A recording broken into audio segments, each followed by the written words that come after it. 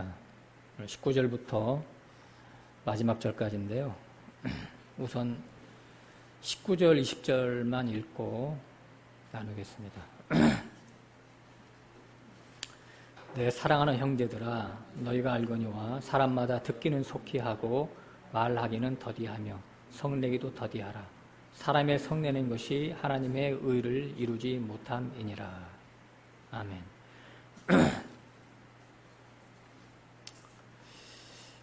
사단의 가장 특징적인 기질이 있다면 무엇일까요? 다시 말해서 사단의 DNA, 사단의 유전자, 그것은 바로 높은 자 되자라고 하는 거예요. 하나님처럼 높아지자, 하나님 자리 차지하자, 혹은 하나님보다 더 큰 자 되자라고 하는 것이 사단의 유전자입니다. 그래서 이사야서 14장 보면 사단의 영을 받은 바벨론 왕을 비꼬한 노래가 기록되어 있는데요. 너 아침의 아들 계명성이여, 어찌 하늘에서 떨어졌으며 땅에 찍혔는고. 내 마음에 이르기를 내가 하늘에 올라 하나님의 뭇별 위에 나의 보좌를 높이리라. 내가 북극 지폐 산 위에 좌정하리라. 내가 가장 높은 구름에 올라 지극히 높은 자와 비기리라 하도다. 그러나 내가 음부에 빠치 우리로다. 이렇게 나와 있어요. 거기 한 구절인데요. 거기 보면 하늘에 올라 높이리라, 산 위에 좌정하리라, 가장 높은 구름에 올라 지극히 높은 자와, 이렇게 5번이나 높아진다. 내가. 사단은 높아짐에 대한 목마름을 갖고 있는 존재입니다. 이 바벨론 왕의 실제가 누굴까요? 선악과 따먹은 모든 인간의 본성을 말하고 있는 거예요. 그 추구성, 높은 자 되자, 강한 자 되자, 큰 자 되자, 부자 되자, 이거 아니에요? 바벨론 왕은 간땡이가 부은 자죠.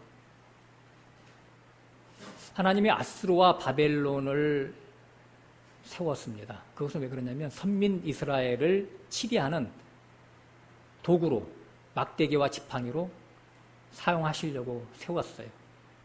근데 마침내 아수르는 북주 이스라엘을 뭉개버렸잖아요. 흔적도 없이 사라지게 했고요. 남주 유다는 바벨론 왕이 와서 그 성전, 예루살렘 성전을 파괴한 장본인이 됐습니다. 물론 이것은 다 하나님의 허락하에 이루어지는 것들이죠. 하나님의 성전을 성전답게 남주 유다가 온전한 제사를 드리지 못하고 하나님께 뇌물 드리는 제사로 이용하니까, 그렇다면 그 성전이 너희들한테 필요 없다. 그래서 성전을 없애버린 겁니다. 그런데 이것은 우리에게 큰 영적 메시지를 주는 것이죠. 바벨론이라고 하는 것은 혼합됐다는 뜻을 갖고 있어요. 그러니까 하나님의 그 번제단이 없는, 그러니까 성전이 없는 채로 하나님을 섬기는 자들에 대한 상징입니다. 그래서 계시록 18장에 보면 큰 성 바벨론에 대해서 나와 있잖아요. 음녀교회의 별칭이죠. 큰 성 바벨론은. 하나님을 찾고 예수의 복음을 노래하는 교회인데 음녀교회라고 하는 거예요. 그러니까 성전이 불타 없어진 교회라고 하는 뜻이죠. 이게 교회가 아닌 거예요, 이미. 번제단이 없는 교회는 교회가 아닌 거예요. 성전의 가장 핵심이 번제단이거든요. 번제단이 성전의 생명인데 번제단이 없으면 성전의 생명을 상실한 것이죠. 번제단에서 어린 양이 죽어갈 때 나의 죄 때문에 저 죄 없는 짐승이 죽는구나. 그것을 똑같이 자기의 죽음으로 인정을 하고 자신의 죄를 통해 자복하고 회개하는 것이 번제단 아닙니까?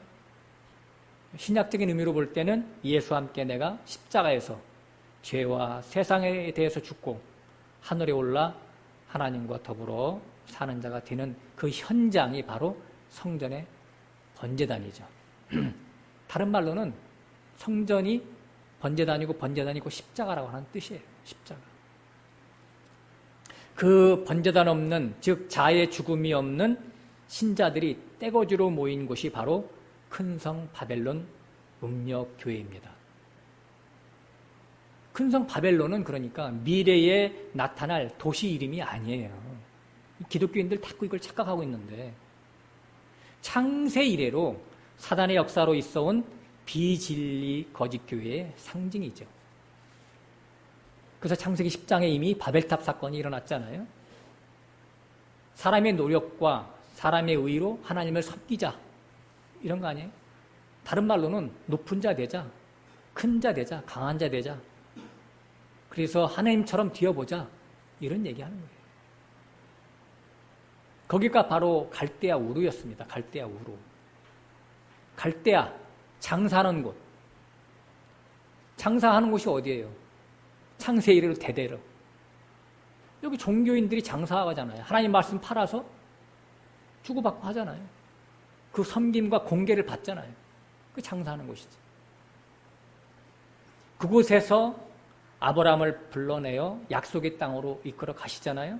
이것이 바로 구원이에요. 아브라함은 세상 가치와 등지고 행인과 나그네로 살아간 자죠. 그러니까 구원받은 하나님의 자녀에 대한 대표죠. 상징이죠.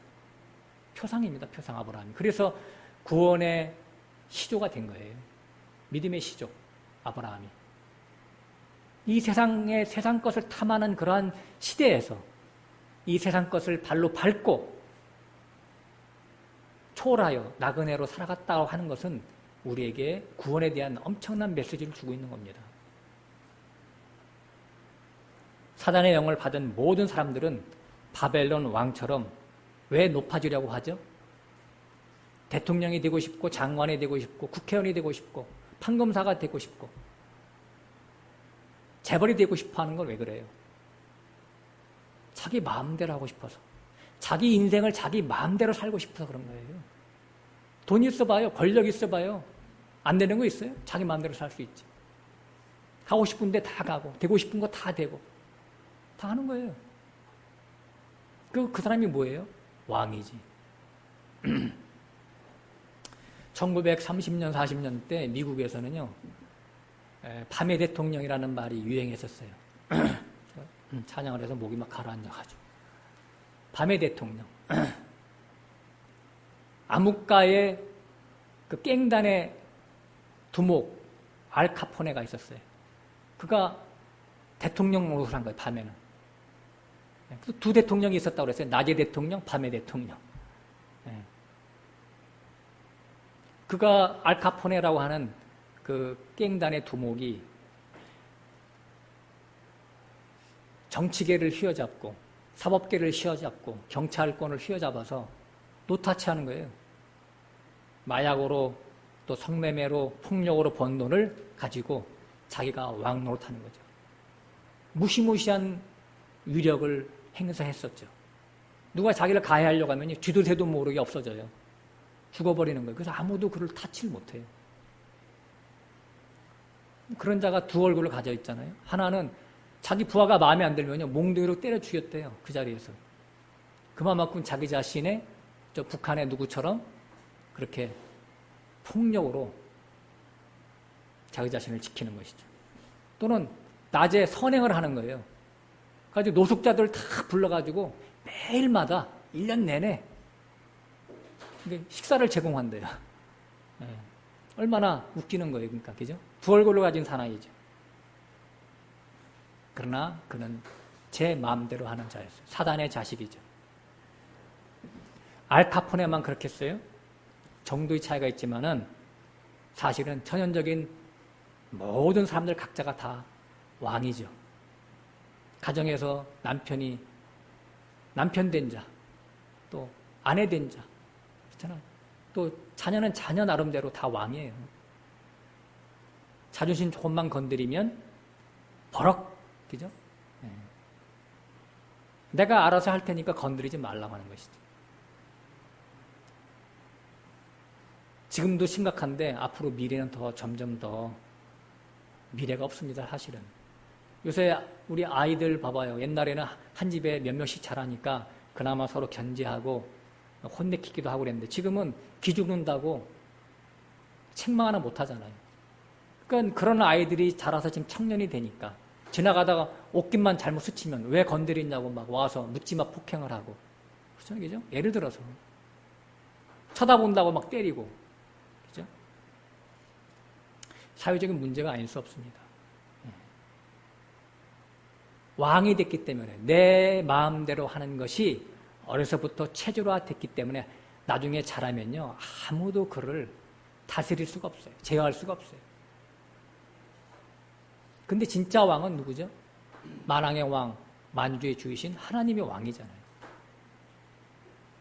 근데 믿는다는 사람들이 그 하나님을 왕으로 대접합니까? 하나님 앞에서도요, 실제는 인간 자기 자신이 왕이라니까요.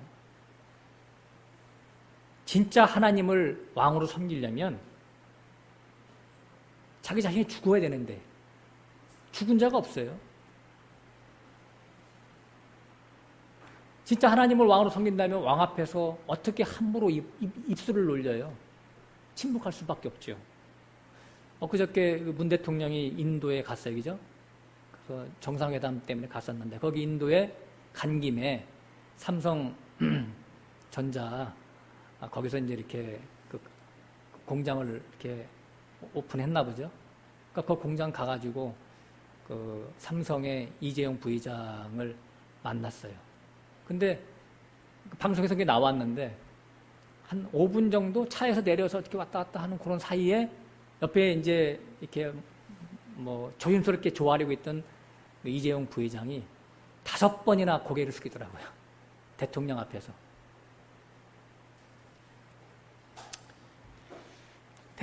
문 대통령의 권세가 재벌 총수 앞에서 그 정도로 대단한 거예요. 총수도 꼼짝 못해. 권세가. 근데 믿는다는 사람들이 하나님 앞에서 어떻게 살고 있어요? 그 정도로 살고 있어요? 문 대통령보다 하나님이 권세가 얼마나 더 커요. 우주 만물의 창조자고 전지전능하신 분인데 하나님은 영이시고 무소부재하신 분이에요. 어디든지 계신 분이에요. 안 믿는 사람이면은 하나님을 인정하지 않으니까 뭐 하나님 앞에 사는 게 아니잖아요. 근데 믿는다는 사람들은 하나님을 아버지로 왕으로 모시는 사람들이잖아요. 일상생활이든 어디든 또 기도할 때든 항상 하나님 앞에서 있음을 알아야 되는 거예요, 우리가. 그런데 그 왕 중의 왕 앞에서 나 죽었어 불복하면서 무슨 말씀 하시는지 귀를 쫑긋 세우고 몸가짐을 자세히 하고 바르게 하고 있어야 할 자가 얼마나 되겠어요? 없어요. 오히려 그 반대적인 행동에 너무나 익숙해져 있죠. 가령 기독교인들이 기도를 합니다. 근데 그 기도하는 내용을 제가 심리적으로 묘사를 한다면 가령 아마 이렇게 할 거예요. 왕이시여, 잠깐만요. 당신이 말하기 전에 내가 먼저 말 좀 합시다. 내가 하나님을 나름대로 열심히 믿어드렸는데 내 처지 좀 보세요. 내가 왜 이렇게 돈이 없어요? 또 사업은 왜 이렇게 안 됩니까? 또 게다가 병까지 걸렸습니다. 큰 놈 직장에서 숭숭장구하여 머리가 돼야 되는데 꼬리가 돼서 몇 년째 승진도 못하고 있습니다. 둘째는 지금 몇 년째 백수 건달이고 반듯한 직장에 들어가야지 내가 좀 하나님 믿는 체면이 쓸 텐데 전혀 그렇지 못합니다. 이거 외에도 이것저것 많지만 우선 요 몇 개부터 해결해 주세요. 정말 예수 믿기 되게 힘드네. 분통 터지네요. 하나님 아셨죠? 접수됐죠? 들어줄 줄 믿습니다. 할렐루야. 아멘. 이렇게 기도하는, 이 기도의 패턴이 이렇다는 거예요. 그 심리로 내가 묘사하면 하나님 앞에서 A4 용지를 탁 들이밀고 1번부터 100번까지 혹은 30번까지 적어놓고 계속 줄줄줄줄 이어도 됩니다. 누가 그랬어요? 제가 그랬어요, 제가. 옛날에. 그게 믿음 좋은 건 줄 알고. 안 하면 또 믿음 좋은 건가요? 또 마찬가지예요. 이런 스타일, 이런 패턴으로 하나님을 대하는 게 바로 왕이신 하나님을 대접하는 것인가? 라고 하는 것이죠. 하나님이 왕인지 자기가 왕인지 뒤죽박죽인 거예요, 지금. 그러니까 죽으려면 뭔 짓을 못합니까? 간땡이가 부타 못해 미쳐도 한참 미친 짓들을 하고 있습니다. 이 시대에 믿는다는 자들이. 자, 오늘 19절이 바로 그런 얘기를 써놓은 거예요. 19절, 그런즉, 앞에 그런즉이 없어요. 내 사랑하는 형제들아, 너희가 알거니와, 너희가 알거니와는 없어요. 가로쳐진, 너희가 알거니와는 없는데, 굳이 이거를 의역한다면, 너희가 명심할 것은 이런 뜻으로, 공동번역하고 세번역에는 나와 있더라고요. 너희가 명심할 거는, 혹은 너희가 알아둘 것은, 중요하다 그런 뜻이지. 그런즉 내 사랑하는 형제들아, 사람마다 듣기는 속히 하고, 말하기는 더디하며, 성내기도 더디하라. 사람마다 형제된 자들이죠. 위에서부터 쭉 나오는 거니까. 18절에서 이어지는 내용이잖아요. 그죠? 18절은 바로 우리가 지난주 공부했지만 거듭남에 대해 써놓은 거예요. 그죠? 첫 열매이신 그리스도, 예수 그리스도가 우리 안에 있게 하셔서 하신 것. 그래서 진리의 말씀으로 우리를 낳으셨다라고 하는 것이죠. 거듭나서 새로운 피조물 된 우리는 그런 하나님과 어떤 관계를 유지해야 되느냐. 그래서 그런즉 나온 거예요. 19절에 앞에 첫 부분에 원어에는 그런즉 내 사랑하는 형제들아 사람마다 듣기는 속히 하고 말하기는 더디하며 성내기도 더디하라. 이렇게 나온 거예요. 요한복음 14장 20절에 보면요.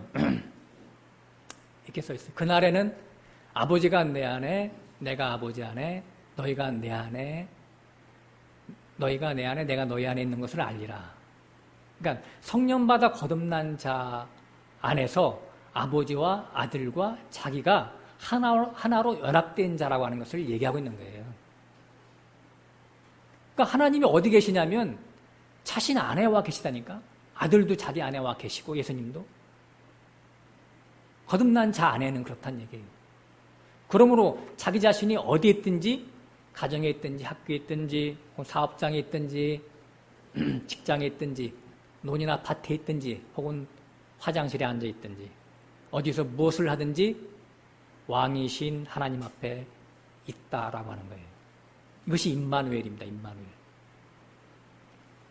그렇다면은 이재용 삼성 부회장이 문 대통령 앞에서 겸손을 떤 것처럼 더 하나님 앞에서 겸허히 귀를 쫑긋 세우면서 지금 하나님이 나에게 무슨 말씀하시는지 귀를 열고 두 손을 모으고 대기 상태로 있어야 할 것이 바른 자세 아니겠습니까? 지금 하나님은 우리 사람들에게 어떤 방식으로 말씀하세요? 내 주변 사람들을 통해서 말씀하십니다. 그죠? 배우자를 통해서 말씀하시고 자식을 통해서 말씀하시고 부모나 형제나 친구나 직장 상사나 직장 후배나 혹은 이웃집 아저씨를 통해서 혹은 사건과 환경을 통해서 말씀하십니다. 말씀하시기 때문에 내가 방심하면 안 되는 거예요. 귀를 쫑긋 세우고 있어야 되는 거예요. 항상. 하나님은 이걸 통해서 내가 어떻게 알아듣기를 원하시는 것이지? 라고 하는 반문을 가지면서 항상 살아야 돼요. 솔로몬이 1000번제를 드렸어요. 1000번제라고 하는 것은 뭐냐면 마귀적인 본성을 1000번의 번제를 통해서 완전히 죽여버리는 거예요. 한 번 태워갖고는 안 돼, 자기 자신은.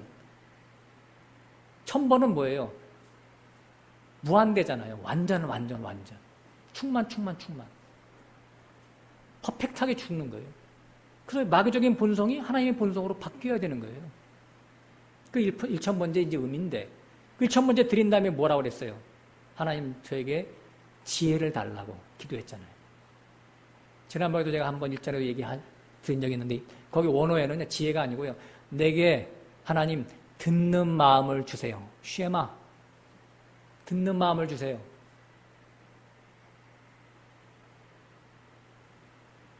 하나님 앞에서 듣는 자세부터 우리는 배워야 됩니다. 전도서 5장 가서 보겠습니다.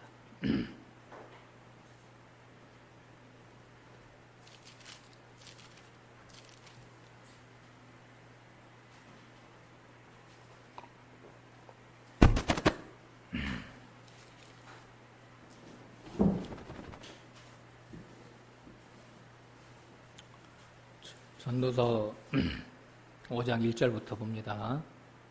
너는 하나님의 전에 들어갈 때에 내 발을 삼갈지어다. 가까이어 말씀을 듣는 것이 우매자의 제사 드리는 것보다 나으니 저희는 악을 행하면서도 깨닫지 못함이니라. 말씀을 듣는 것. 성전이라고 하는 것은 옛날에는 예루살렘 성전이 있었지만 지금은 우리 각자가 성전이잖아요. 나의 삶, 내가 움직이는 성전이잖아요. 포터블 성전. 움직이는 성전. 그러니까 내가 나의 삶 가운데서 항상 하나님은 어떻게 말씀하시는지 귀를 쫑긋 세우라 이런 말씀이죠. 너는 하나님 앞에서 함부로 입을 열지 말며 급한 마음으로 말을 내지 말라. 하나님은 하늘에 계시고 너는 땅에 있음이니라. 그런즉 마땅히 말을 적게 할 것이니라. 그러니까 말하지 말고 듣기만 하라는 얘기예요. 죄인이 하나님은 하늘에 계시고 난 땅에 있는, 하늘과 땅 차이란 말이에요. 하나님과 나의 관계, 나의 상대적인 위치가. 예?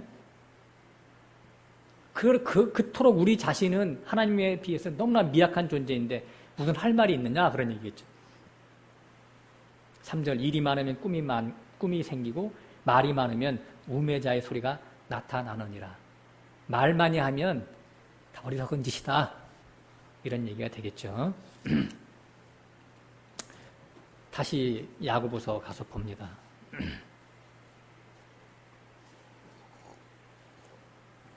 다시 말해서 먼저 하나님의 음성을 듣는 자세가 갖춰져야 된다고 하는 거예요. 주변 사람들을 통해서 또 환경을 통해서 말씀하시니까. 그리고 대답할 일이 있다면 하나님이 말씀하시듯이 그에게 대답을 하라라고 하는 거예요. 그런데 성낸다는 것은 무엇이겠어요? 여기서 성내기도 더지 말라.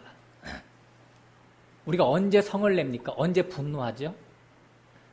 내 원함대로 내 뜻대로 안 될 때 성내죠. 그러니까 내 원함이 없는 자는 결핍과 부족함이 없으니까, 못 느끼니까 사실은 성낼 일이 없죠. 아까 잠깐 기도에 대해서 제가 우스갯소리로 말을 했지만은 하나님 앞에서 청구서 내밀면서 하나님 돈 주세요, 건강 주세요, 사업 잘 되게 해주세요, 형통하게 해주세요 하는 떼쓰면서 달라달라 하는 이것은 바로 하나님께 성내고 있는 거예요. 입에 개거품을 불고 불을 뿜으면서 하나님께 성내고 있는 거라니까.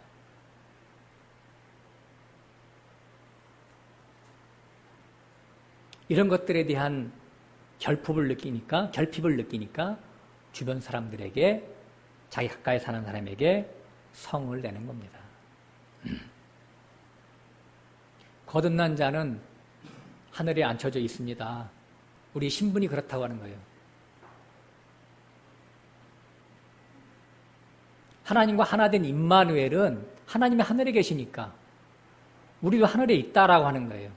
하늘에 있다라고 하는 것은 뭐냐면 세상 가치를 밟고 초월하여 사는 자가 됐다라고 하는 거예요.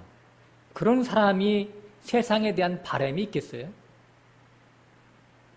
근데 가끔 성내고 있지요.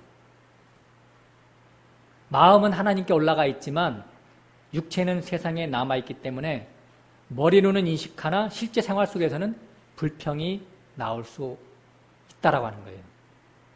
순간적으로 성낼 수 있죠. 네. 저만 그럽니까? 다 그렇죠, 그죠? 그러나 이때 얼른 빨리 영의 생각으로 전환하라고 하는 거예요. 그러면서 어떤 생각을 갖고 있냐면 어떤 고난과 역경도 다 하나님이 허락하신 것인데 내가 왕 대신 하나님 앞에서 불평하다니, 불만하다니, 이것은 왕 대신 하나님을 업신여기는 것이다. 이런 교만이 어디 있겠는가. 가난도 질병도 형통 대신 어떠한 불통도 하나님이 나를 사랑하시는 그 사랑에서 내가 사실 끊어지지 않는 존재인데 내가 불평하다니 죄송합니다, 아버지. 그래서 무조건 하나님 앞에 감사합니다. 고난 속에서 기뻐합니다. 이렇게 자기 자신의 생각을 전환하라고 하는 거예요. 그러면 그 영의 생각으로 전환하는 것이죠. 육신의 생각은 사망이라도 영의 생각은 생명과 평안이다 그랬잖아요. 로마서 8장에서. 영의 생각으로 딱 전환하는 순간에 평안이 나를 감싸고 하나님의 생명인 그 사랑이 나를 감동으로 덮어주시는 것을 체험하게 될 겁니다. 에베소서 4장 26절에는 분을 내어도 죄를 짓지 말며 해가 지도록 분을 품지 말고 마귀로 틈타지 못하게 하라, 그런 말이 써 있어요.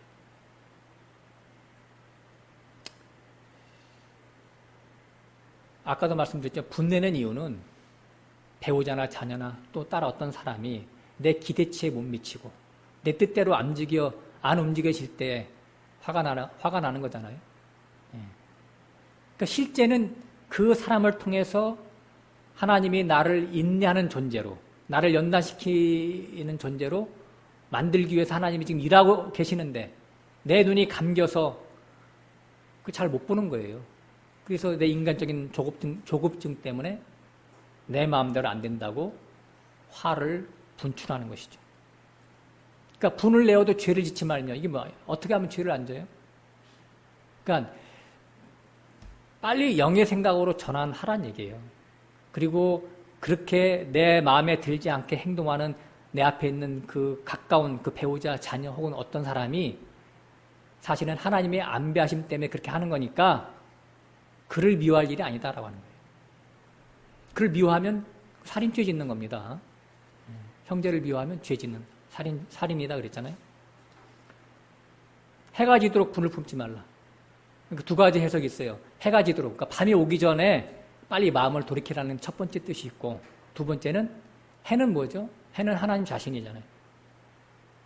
하나님의 임재가 소멸되지 않도록 주의하라는 얘기죠. 분을 내되 어떤 논리적인 한도 내에서 분 내는 척하다가 빨리 그만둬야 되는데, 분이라고 하는 것이 한 번 내면요 걷잡을 수 없어요. 그냥 사단이 주는 역사죠. 그러니까. 자, 20절로 넘어가 보겠습니다. 사람이 성내는 것이 하나님의 의를 이루지 못함이니라. 하나님의 의, 하나님의 의는 예수 그리스도 자신이죠. 그 마태복음 6장에도 너희는 먼저 하나님의 나라와 그의 의를 구하라 그랬어요. 그러니까 예수 그리스도가 내 안에 오셔서, 하나님의 의이신 예수 그리스도가 내 안에 오셔서 온전히 나를 통치하고 다스릴 수 있는 자가 되는 것이 바로 하나님의 의예요. 예수님 안에는 하나님이 들어가서 하나님이 통치하셨잖아요. 그래서 예수님이 요한복음 같은 데 쭉 보면 여러 군데 나와요. 나는 내 자유로 말하는 게 없고 다 내가 본 것을 말하고 있고 내가 지금 하는 모든 것들도 말하는 것까지도 다 아버지가 하라는 대로 하는 것이다 라고 하는 거예요. 예수님의 이러한 본보기를 우리가 그대로 따라가는 거예요. 그것이 바로 하나님의 의가 이루어지는 겁니다. 예수님의 삶이 나를 통해서 그대로 재현되는 것. 모든 것이 풍요롭고 형통할 때 하나님을 찬양하고 감사하고 기뻐하는 것은 아무나 할 수 있는 거예요. 그렇잖아요. 그죠? 그건 영적인 실력이 있는 게 아니에요. 그거는. 반대로 고난 속에서 성내지 않고 하나님을 찬양하고 역으로 감사하고 기뻐하는 자가 되는 것, 이것이 바로 하나님의 의를 이루는 것이죠. 그래야 보석이 되겠죠. 보석이. 존재태, 어떤 실존자가 되는 거예요. 21절, 그러므로 모든 더러운 것과 넘치는 악을 내어버리고 능히 너희의 영혼을 구원할 바 마음에 심긴 돌을 온유함으로 받아라. 죄가 무엇이고 악이 무엇입니까? 죄는 아까 찬양할 때 잠깐 서두에 제가 말씀드렸지만 하나님과 분리된 것이 죄예요. 그러니까 이방인들은 다 죄 가운데 있는 것이죠. 또 하나님을 잘 믿는다고 하면서도 하나님에게서 마음이 떨어져 나와서 하나님 외에 다른 것에 가서 마음이 차가닥하고 달라붙은 거, 이것이 바로 죄예요. 나는 그러니까 분리된 거죠. 이것도. 그래서 내 마음의 상태에서 내 마음 안에 하나님이 계시지 않고 하나님이 추방된 상태, 이것이 바로 죄의 상태예요. 악은 뭡니까? 악은 그러한 하나님을 상실한 자가 하나님의 이름을 부르고 하나님의 이름을 빌려서 세상 복 달라고 추구하는 것이 바로 악행입니다. 악이에요.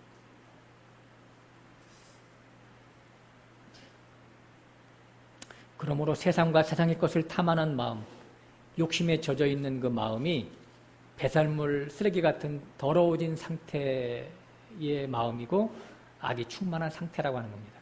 이것을 내어 버리래요. 어떻게 하면 버릴 수가 있나요?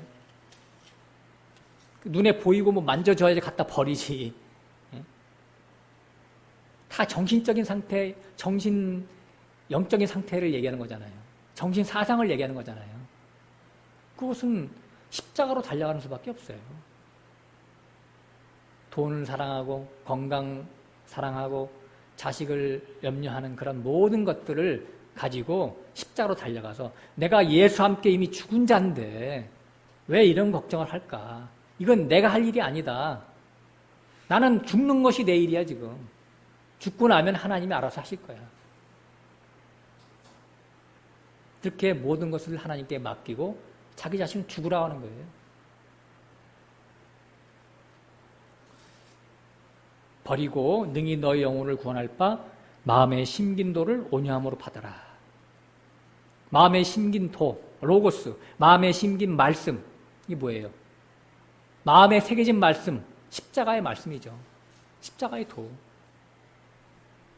십자가의 말씀이 나에게 들려질 때 어떤 자세를 취할 것이냐라고 하는 묻고 있는 거예요. 온유함으로 받을 거냐? 아니면 거부하고 비판할 것이냐? 십자가의 말씀이 뭡니까? 제가 세상에 대해서, 죄에 대해서, 욕망에 대해서 죽어라, 포기하라, 미련을 갖지 마라, 다 배설물로 여겨라 이렇게 외치는 것이 십자가의 말씀이거든요. 근데 이 십자가의 말씀이 들려질 때 자기 자아가 살아있는 사람 혹은 아직도 이렇게 많은 부자 청년 같은 사람은 반박합니다. 그리고 자기 논리를 구현합니다. 사람이 어떻게 그렇게 살 수가 있나? 고민하다가 떠나간대요. 그죠?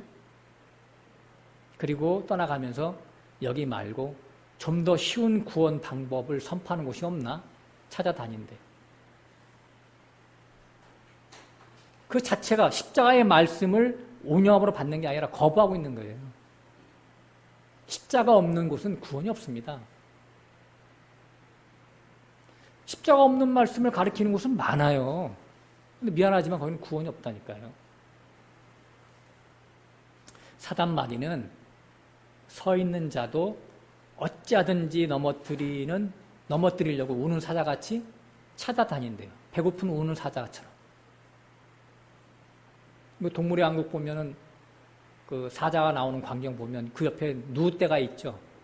혹은 그 물소떼가 있잖아요. 그 물소떼가 뿔이 있기 때문에 물이 지어서 이렇게 단합되어 있으면요, 사자가 도망가요. 공격 못 합니다. 근데 흩어지거나, 혹은 뒤에 나고하거나, 혹은 그 중에서 이렇게 병들었거나, 혹은 새끼가 이렇게 있으면요, 사자가 막 흩어져 놓습니다. 그때 그런 그런 무리에서 이탈되거나 병든 자, 새끼들은 꼭 사자의 밥이 됩니다. 다 비유죠, 그게 다. 그래서 교회 생활이 굉장히 중요하고, 또 어떤 가르침을 주는 교회냐, 이것이 굉장히 중요해요. 다시 말씀드리지만, 내가 십자가에서 죽어야 나의 현장의 삶에서 하나님이 왕 되시는 겁니다. 내가 살아있으면 하나님의 존재감은 사라지고 내가 왕이 되죠. 그러니까 음녀냐 아니면 어린 양의 아내냐라고 하는 것은 한 끗 차이예요. 겉의 모양은 똑같아. 근데 십자가 진 자냐 십자가를 지지 않은 자냐라고 하는 것이죠. 어린 양의 아내라고 하는 것은 어린 양이신 예수 그리스도가 십자가를 졌잖아요. 희생 제물을 의미하는 거잖아요. 어린 양이면. 어린 양의 아내는 똑같이 그렇게 십자가를 졌다는 얘기예요. 어린 양의 아내라고 하는 것은. 남편이 십자가의 피를 갖고 있느냐? 그럼 그 아내 된 교회도 십자가의 피가 있느냐? 이걸 묻고 계시는 거예요.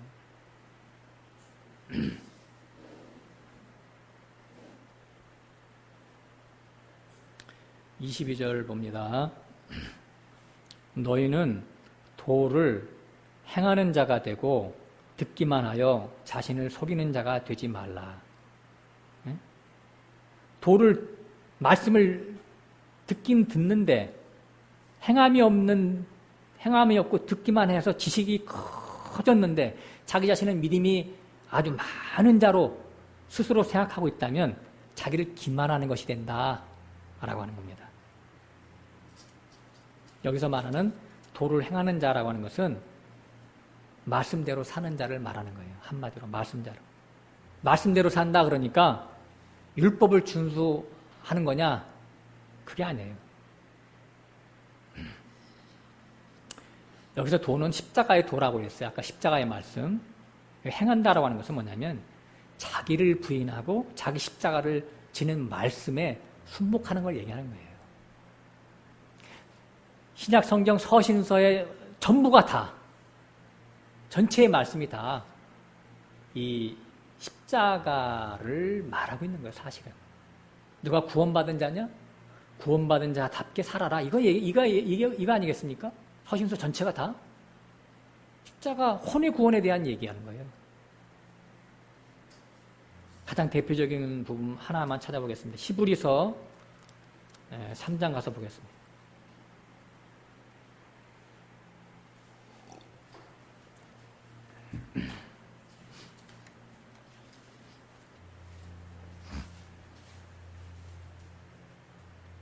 히브리서 3장 7절부터 쭉 읽어보겠습니다. 그러므로 성령이 이르신 바와 같이 오늘날 너희가 그의 음성을 듣거든. 그의 음성은, 성령의 음성은 핏소리예요. 죽으라는 얘기예요. 노하심을 격동하여 광야에서 시험받은 때와 같이 너희 마음을 강팍해 하지 말라.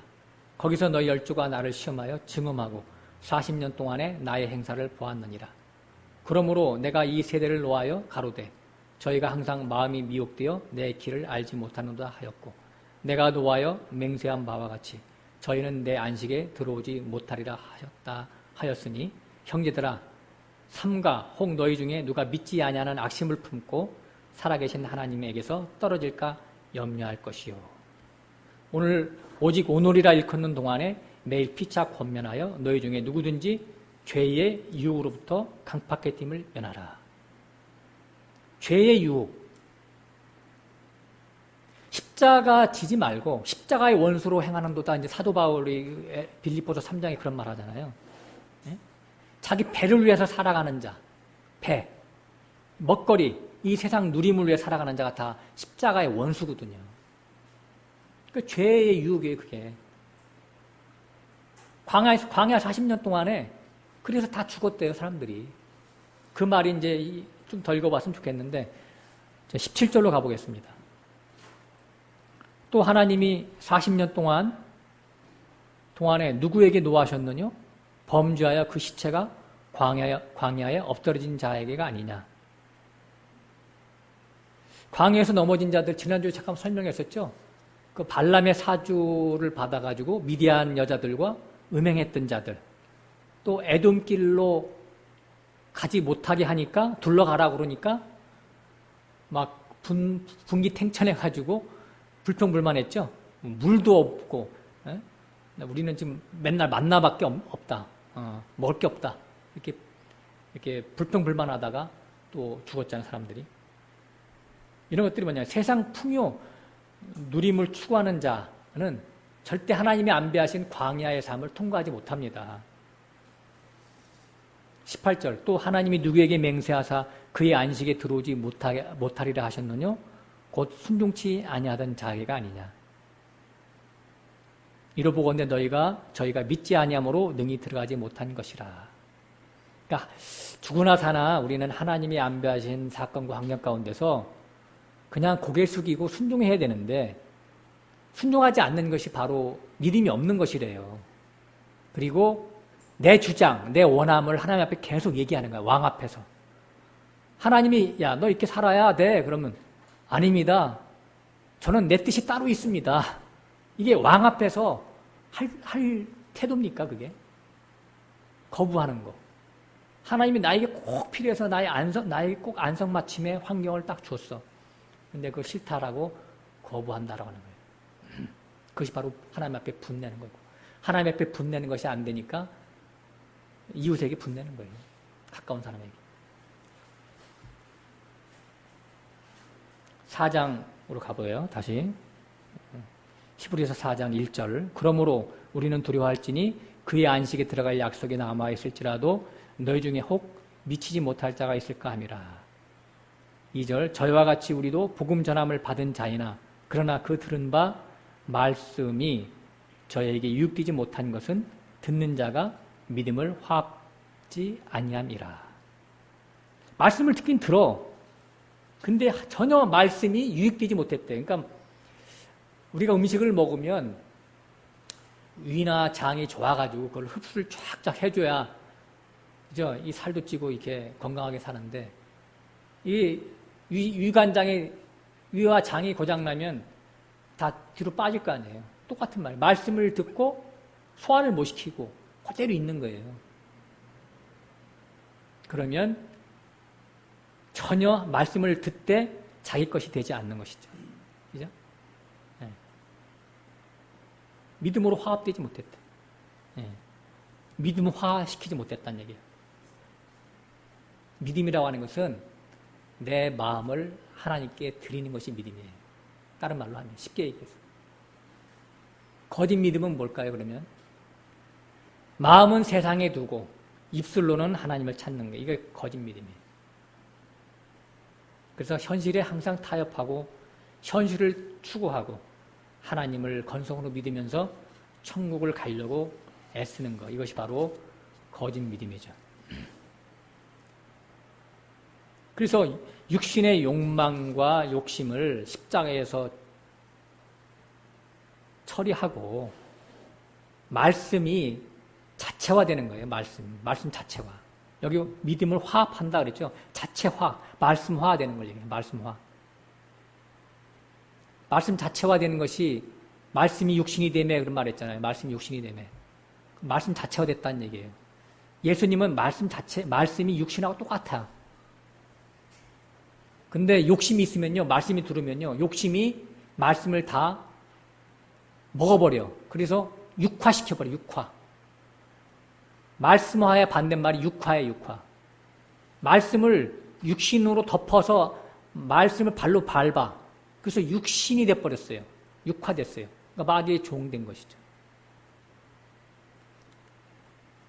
에베소서 4장 13절에는요, 이렇게 써 있어요. 믿는 것과 아는 것이 하나가 됨으로 온전한 사람을 이루어 그리스도의 장성한 분량에 충만한 데까지 이르러야 한다. 이렇게 써 있어요.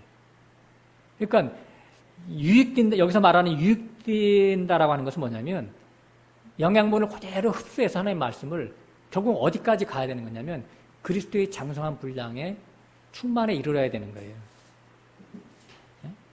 믿는 것과 아는 것이 하나가 돼. 그러니까 내가 하나님 말씀을 지식으로 받아들였어. 그 지식이 나의 삶 가운데서 정과 욕심을 십자가에 못 박고 처리하면 그것이 나의 삶 속에서 녹아져서 밖으로 나타날 거 아니에요. 그리스도로. 그러니까 삶을 하나님 앞에 온전히 드려지는 사람이 되라고 하는 것이죠.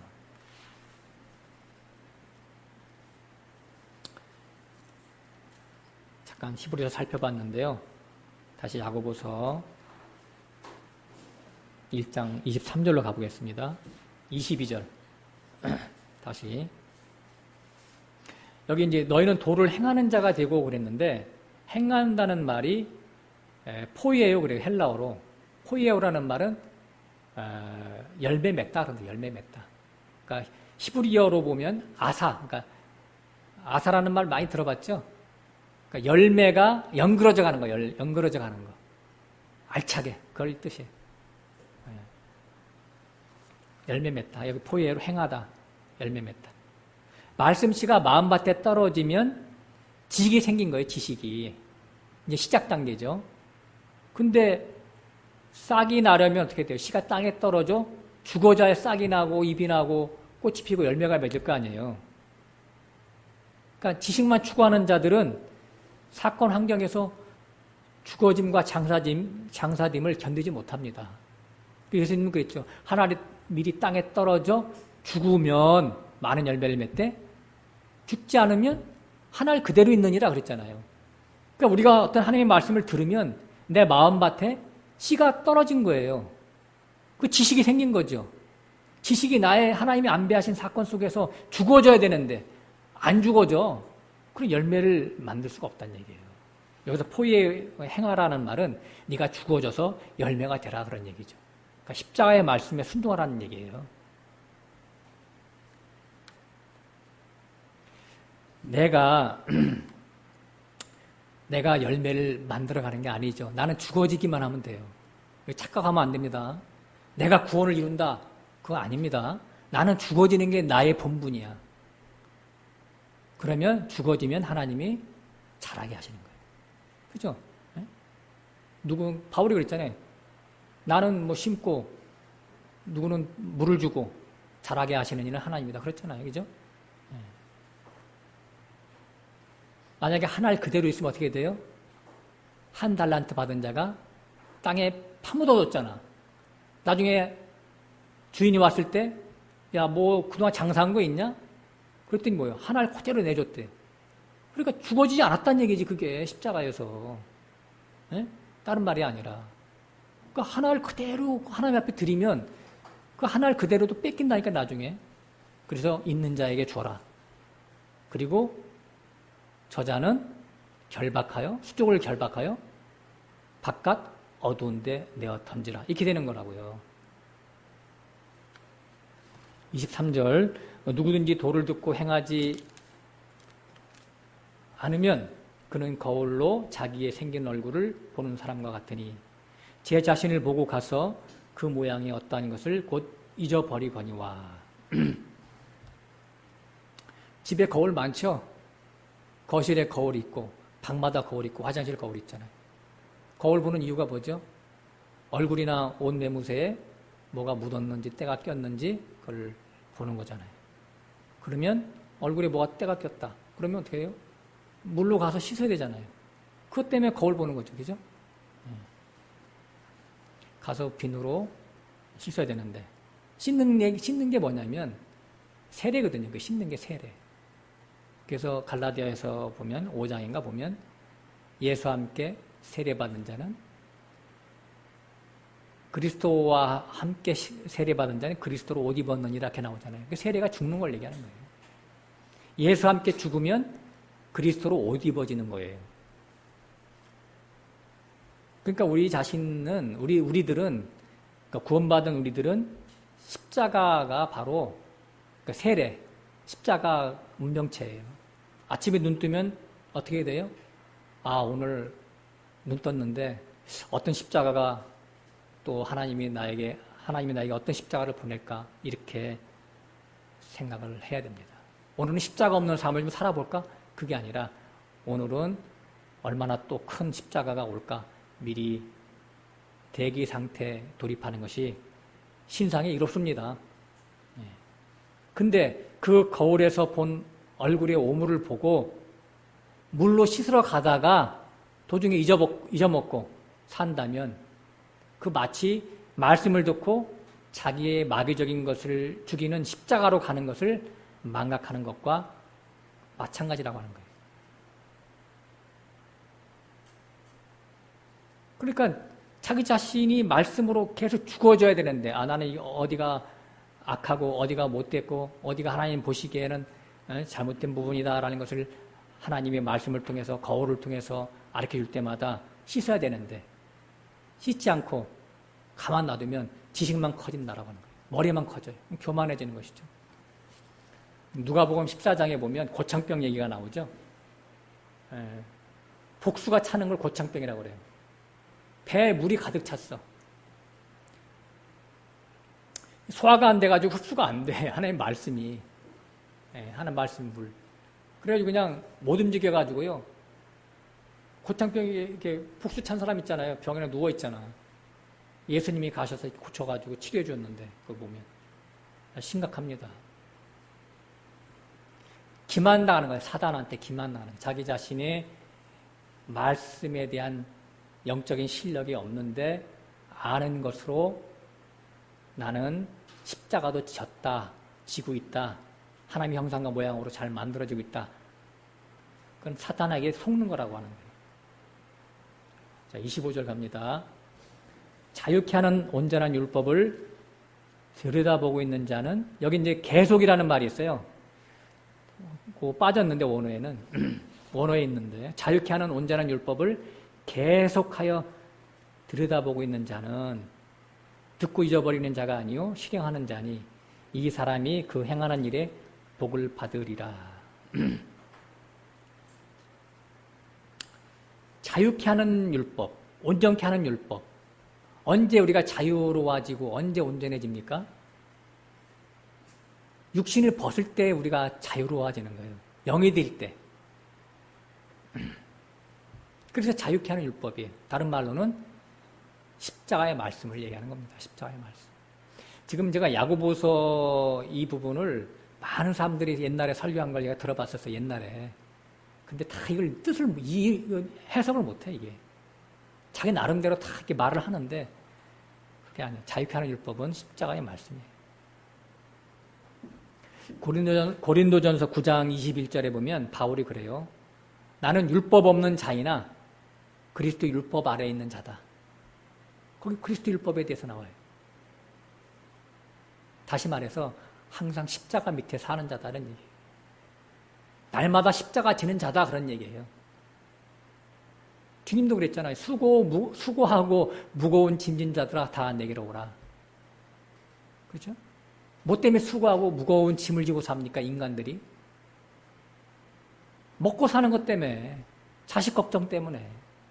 참 무겁죠. 그래서 이 시대의 젊은이들이 자식 안 낳나 봐요. 결혼도 안 하나 봐요. 무거운 짐, 똑똑해, 내가 보면. 네.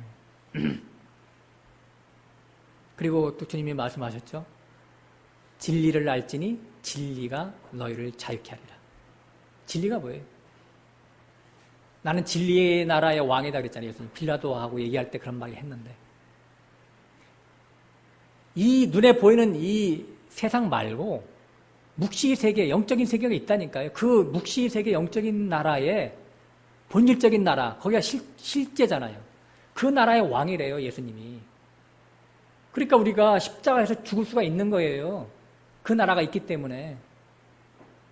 죽어야 그 나라로 들어가는 거니까. 그러니까 우린 자유할 수가 있는 거죠. 십자가에서 죽어서. 그 말을 지금 하고 있는 거거든요. 창세기 3장에 보면 하나님이 뱀을 저주하면서 말합니다. 너는 배로 다닐 것이고 종신토록 흙을 먹을 것이다. 배로 다닌다. 배를 위하여 다닌대요. 배를 위하여. 다시 말해서 먹거리 때문에 사는 자요. 흙을 먹는데요. 뱀이 흙을 먹지 않습니다. 그 무슨 뜻이냐면 흙, 먼지, 전혀 무가치한 것을 위해서 네 종신토록 온 평생을 다 바칠 것이다. 이게 저주예요. 뱀의 저주. 조심해야 돼요, 우리가. 선악과 따먹은 모든 인간들은 뱀의 길을 갑니다. 그래서 땅의 것, 세상 것을 위해서 수고하다가 죽어요. 죽으면 끝이야. 이 세상에 종된 자들입니다. 세상의 종, 마귀의 종된 자들. 이들에게 십자가의 복음을 전해서 옛사람을 끝장내고 하나님의 자녀로 하늘의 존재로 만들어가는 것이 바로 자유케 하는 율법이에요. 하나님의 복음의 십자가의 말씀, 십자가의 도. 이것을 실행하는 자가 복 있다라고 써 있어요. 실행하는 자. 똑같은 포예요예요. 아까 열매 맺는 자. 말씀으로 싹나서 자라고 열매 맺어 가라고, 열매 맺어 가는 자라고 하는 의미입니다. 그 행하는 일, 실행하는 자, 그 행하는 일에 복을 받으리라. 같은 말이에요. 포이에요. 똑같은 포이에요. 원어가. 그 근원이.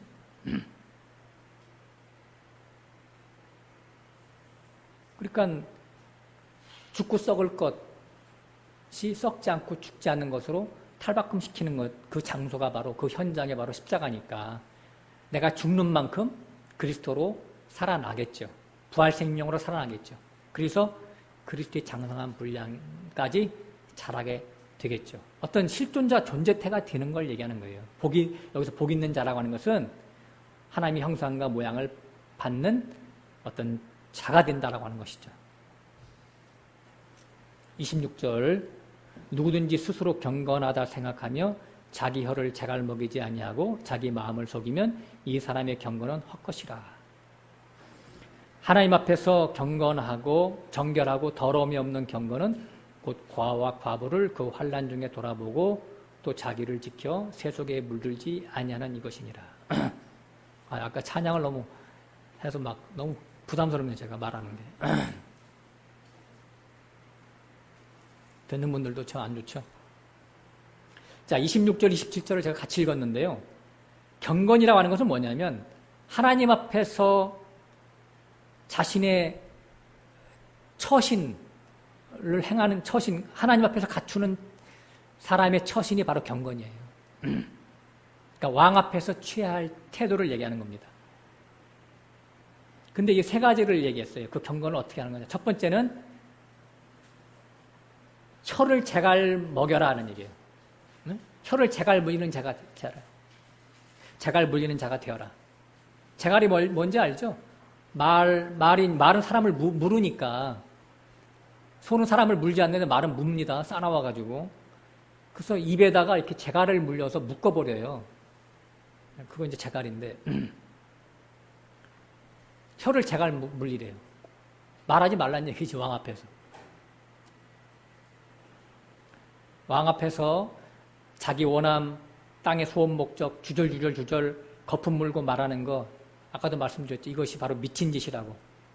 하나님을 만으로 여기고 업심 여기는 짓이라고. 그러니까 말을 재갈 물리듯이 너의 혀를, 자크를 채워라는 얘기예요. 입술에 자크를 채워라.